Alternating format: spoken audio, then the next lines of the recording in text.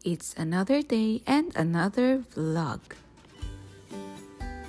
Brace yourselves because we are going to embark on a 12-hour flight to Korea. And as usual, nag-enjoy lang ako sa food at saka sa mga in-flight entertainment. Pagka-touchdown nga namin ay dumiretso na kami para bumili ng bus tickets. And habang naghihintay ng aming schedule, nagpapalit na rin kami ng dollar to Korean won. And syempre, hindi mawawala ang paggamit ng Wow Pass. Ang Wow Pass pala, siya yung parang card na niloload mo. Pwede mo siyang gamitin para sa pangbili at saka pang mga transportation.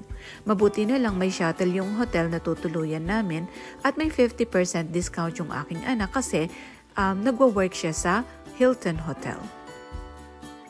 And welcome to our home away from home for the next few days. See you on day 3. Thanks for watching.